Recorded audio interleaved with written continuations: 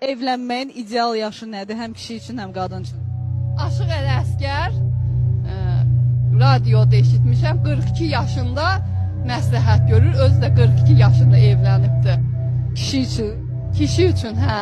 42 yaş biraz artıq bioloji olaraq yaşlanma. Dövləti qurmaq məsələsi var. Məsəl üçün dövlət qurur prezident, padşah, şah, xan. Ailə qurmaq da kiçik dövlətdir. Kiçik dövlət qurmaq üçün insan təvəkküllənməlidir. Təvəkküllənməlidirmi? Bəli.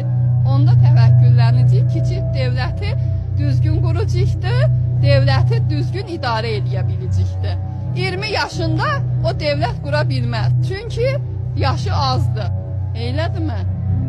Elə siz dedikcə çox alternativ fikir səsləndirdiniz. Ona görə mən indi o həzm eləməyə çalışıram. Gəlmədi öz.